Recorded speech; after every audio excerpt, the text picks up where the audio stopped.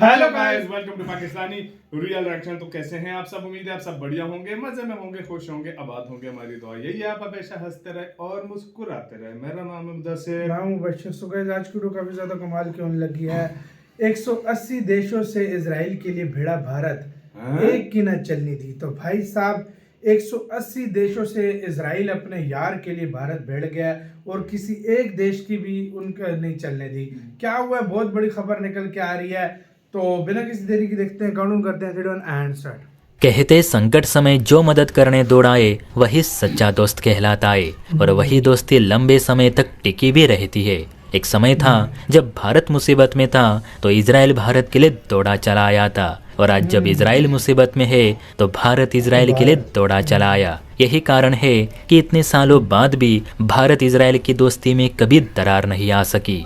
तो दोस्तों, बात हो रही है संयुक्त राष्ट्र महासभा की, यानी यूनाइटेड नेशन असेंबली की, जहां पर ओआईसी यानी कुछ मुस्लिम देशों की ओर से इजराइल विरोध में प्रस्ताव लाया गया था, और उसी पर वोटिंग करने के लिए यूएन के जो 195 सदस्य देश है उन सभी को आमंत्रित किया गया था, ताकि एक निरपेक्ष वोटिंग हो सके।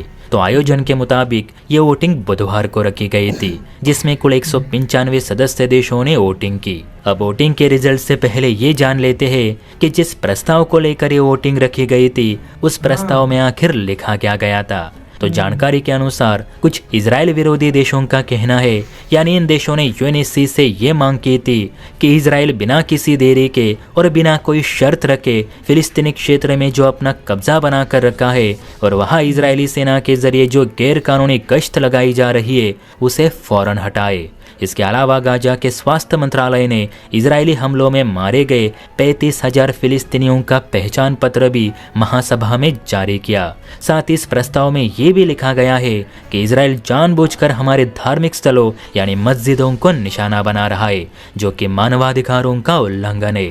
इसीलिए इस प्रस्ताव के मुताबिक या तो इजराइल फिलिस्तीन के इलाके से अपना कब्जा हटाए या इजराइल पर कड़े सैंक्शन लगाए जाए। तो वोटिंग के हिसाब से अगर इजराइल को पर्याप्त वोट ना मिलते तो इजराइल को फिलिस्तीन से अपना कब्जा हटाना पड़ता या फिर कड़े सैंक्शंस का सामना करना पड़ता।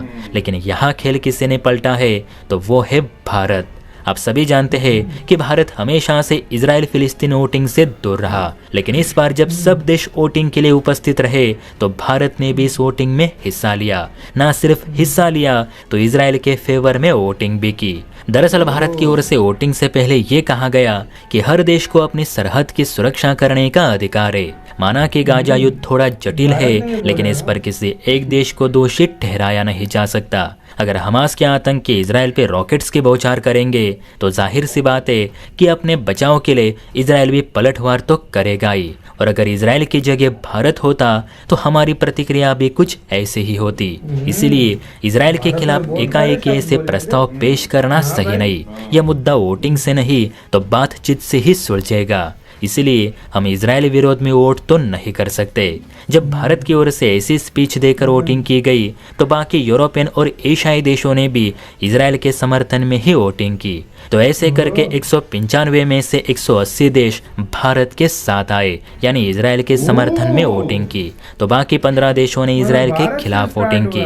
मतलब कुल मिलाकर देखा जाए तो इस बार सच में भारत ने इजराइल को प्रतिबंधित होने से बचाया है, क्योंकि इस बार ये मुस्लिम देश पूरी तैयारी के साथ इजराइल को फंसाने आए थे, लेकिन भारत के रहते फंसा नहीं पाए। और इजराइल ये बात हमेशा याद रखेगा। जय हिंद। वाह यार भाई, किसी को हाँ भाई समझ में नहीं 180 लगी। देशों ने की। मैं पहले समझा खिलाफ हुए, 180 देश भारत के साथ आ गए हैं भाई। मुझे मतलब ये बात समझ नहीं आई, अगर ओआईसी के देश है तो 57 देश है, तो फिर क्या उन्होंने भी इजराइल को वोट दे दिया? मैं तो ये समझ रहा हूँ। मैं भी यही सोच रहा हूँ कि 57 देश मुस्लिम है, वो भी क्या भारत की बात कर मैं तो वही कह रहा हूँ, ये 80 थे या 180 थे, मुझे अब ये नहीं शायद पता। 180 आर्टिकल लिखा हुआ है तो भाई होंगे यार। लेकिन भाई भारत की एक स्पीच ने इतना भाई उधर वो डाला। हाँ, मैं वही कह रहा हूँ, फिर दुनिया के 15 देश सिर्फ जो थे वो उसके अब ये खिलाफ थे। 15 कौन थे ये मुझे भी नहीं पता, लेकिन यार बहुत बड़ी बात है ये हुई है। तो गाइस आप इस सारे मामले के बड़ा भाई भारत की एक स्पीच ने अगलों की गेम ही चेंज कर दी बे। इंडिया ने बोला सीधा बोला है कि भाई उनको ऊपर कोई हमारे देश में भी कोई अटैक करेगा तो हम जवाब तो देंगे। भाई आपका इसके ऊपर क्या कहना है, अपनी राय जो है वो कमेंट सेक्शन में दें। आप क्या सोचते हैं इस सारे मामले के ऊपर। लाइक करना मत भूलिएगा। तो यार बाय।